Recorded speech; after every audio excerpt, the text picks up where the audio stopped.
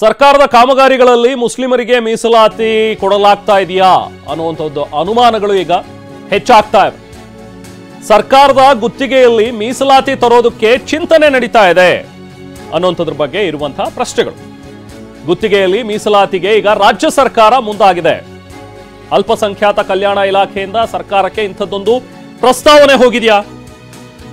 ಗುತ್ತಿಗೆ ನೀಡೋದ್ರಲ್ಲಿ ಅಲ್ಲೂ ಕೂಡ ಮೀಸಲಾತಿ ಕೊಡಬೇಕು ಅಂತ ಹೇಳಿ, ಅಂದ್ರೆ ಮುಸ್ಲಿಮರಿಗೆ 4% ಮೀಸಲಾತಿ ಕೊಡಬೇಕು ಅನ್ನುವಂಥದ್ರ ಬಗ್ಗೆ ಚಿಂತನೆ ನಡೀತಾ ಇದೆ ಅನ್ನುವಂಥ ಒಂದು ವಿಷಯ ಈಗ ಹೊರಬರ್ತಾ ಇದೆ.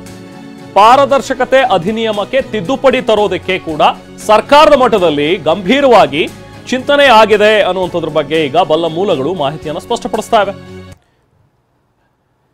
ಸರ್ಕಾರಕ್ಕೆ ಸಲ್ಲಿಕೆಯಾಗಿರುವಂತಹ ಪ್ರಸ್ತಾವನೆಯಲ್ಲಿ ಇದನ್ನ ಹೇಳಿದ್ದಾರೆ.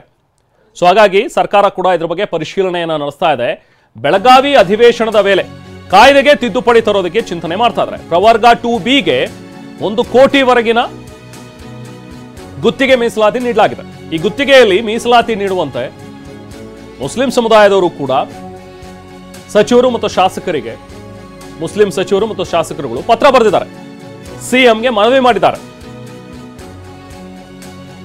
ಸೊ ಸಚಿವ ಜಮೀರ್ ಅಹಮದ್ ಖಾನ್, ರಹೀಂ ಖಾನ್ ಇವರೆಲ್ಲರೂ ಕೂಡ ಮಾಡಿರುವಂತಹ ಶಿಫಾರಸು. ಮನೆ ಬಗ್ಗೆ ಮತ್ತಷ್ಟು ಡೀಟೇಲ್ಸ್ ಪಡೆಯೋಣ. ನಮ್ಮ ಪ್ರತಿನಿಧಿ ಪ್ರಸನ್ನ ನಮ್ಮ ಜೊತೆಗೆ ಜಾಯ್ನ್ ಆಗಿದ್ದಾರೆ. ಪ್ರಸನ್ನ, ಈ ಮೀಸಲಾತಿ ವಿಚಾರವಾಗಿ ಬಹುಶಃ ಬೆಳಗಾವಿ ಅಧಿವೇಶನದಲ್ಲಿ ಪ್ರಸ್ತಾವನೆ ಬಗ್ಗೆ ಚರ್ಚೆ ಆಗಬೇಕು ಅನ್ನುವಂಥದ್ರ ಬಗ್ಗೆ ಇರುವಂತಹ ಒಂದು ವಿಚಾರ. ಸೊ ಏನ್ ಅಪ್ಡೇಟ್ಸ್ ಇದೆ? ನಿಜಕ್ಕೂ ಕೂಡ ಇಂಥದ್ದೊಂದು ಚಿಂತನೆಯಲ್ಲಿ ರಾಜ್ಯ ಸರ್ಕಾರ ತೊಡಗಿದೆಯಾ? ಇದಾಗಿದ್ದೇ ಆದಲ್ಲಿ ಮತ್ತೊಂದು ವಿವಾದವನ್ನ ಮೈಮೇಲೆ ಎಳ್ಕೊಂಡಂತಾಗತ್ತಾ? ರಾಜ್ಯ ಸರ್ಕಾರ ವಿಪಕ್ಷಗಳಿಗೆ ಮತ್ತೊಂದು ಆಹಾರ ಆದಂತೆ ಕಂಡು ಬರುತ್ತೆ. ಏನ್ ಮಾಹಿತಿ ಇದೆ ಇದ್ರ ಬಗ್ಗೆ? ಏನೇನು ಅಪ್ಡೇಟ್ಸ್ ಆಗಿದೆ ಈಗ ಸದ್ಯಕ್ಕೆ ಪ್ರಸನ್ನ?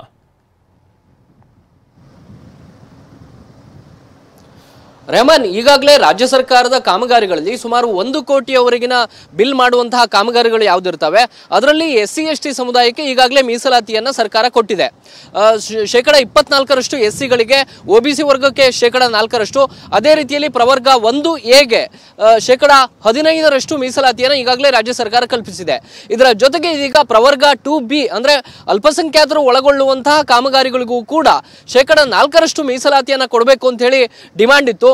ಅಲ್ಪಸಂಖ್ಯಾತ ಶಾಸಕರು, ಸಚಿವರು ಸೇರಿದಂತೆ ಜಮೀರ್ ಅಹಮದ್ ಖಾನ್, ರಹೀಂ ಖಾನ್, ನಜೀರ್ ಅಹಮದ್, NA ಹಾರಿಸ್, ರಿಜ್ವಾನ್ ಅರ್ಷದ್ ಸೇರಿದಂತೆ ಎಲ್ಲ ಅಲ್ಪಸಂಖ್ಯಾತ ಶಾಸಕರು ಮತ್ತು ಸಚಿವರು ಮುಖ್ಯಮಂತ್ರಿಗಳಿಗೆ ಪತ್ರವನ್ನು ಬರೆದು ಮುಸ್ಲಿಮರಿಗಳಿಗೂ ಕೂಡ ಸರ್ಕಾರದ ಕಾಮಗಾರಿಗಳಲ್ಲಿ ಟೆಂಡರ್ ಸಂದರ್ಭದಲ್ಲಿ 4% ಮೀಸಲಾತಿಯನ್ನು ಕೊಡಬೇಕು ಅಂತ ಹೇಳಿ ಈಗಾಗಲೇ ಡಿಮಾಂಡ್ ಅನ್ನು ಮಾಡಿದೆ.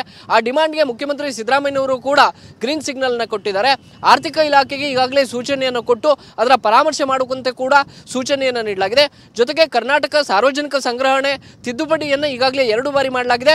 ಮುಂಬರುವಂತಹ ಬೆಳಗಾವಿಯ ಅಧಿವೇಶನದಲ್ಲೂ ಕೂಡ ಆ ಕಾಯ್ದೆಯನ್ನು ತಿದ್ದುಪಡಿ ತಂದು ಮುಸ್ಲಿಮರಿಗೂ ಕೂಡ ಸರ್ಕಾರದ ಕಾಮಗಾರಿಗಳಲ್ಲಿ ಅಂದ್ರೆ 1 ಕೋಟಿಯಷ್ಟು ಕಾಮಗಾರಿಗಳು ಏನು ಮೊತ್ತ ಇರುತ್ತೆ ಆ ಒಂದು ಕಾಮಗಾರಿಗಳಲ್ಲಿ 4% ಮೀಸಲಾತಿಯನ್ನು ಒದಗಿಸೋದಕ್ಕೆ ಬೇಕಾದಂತ ತಿದ್ದುಪಡಿಗಳನ್ನ ತನ್ನಿ ಅನ್ನುವಂತ ಸೂಚನೆಯನ್ನ ಈಗ ಮುಖ್ಯಮಂತ್ರಿಗಳು ಕೊಟ್ಟಿದ್ದಾರೆ.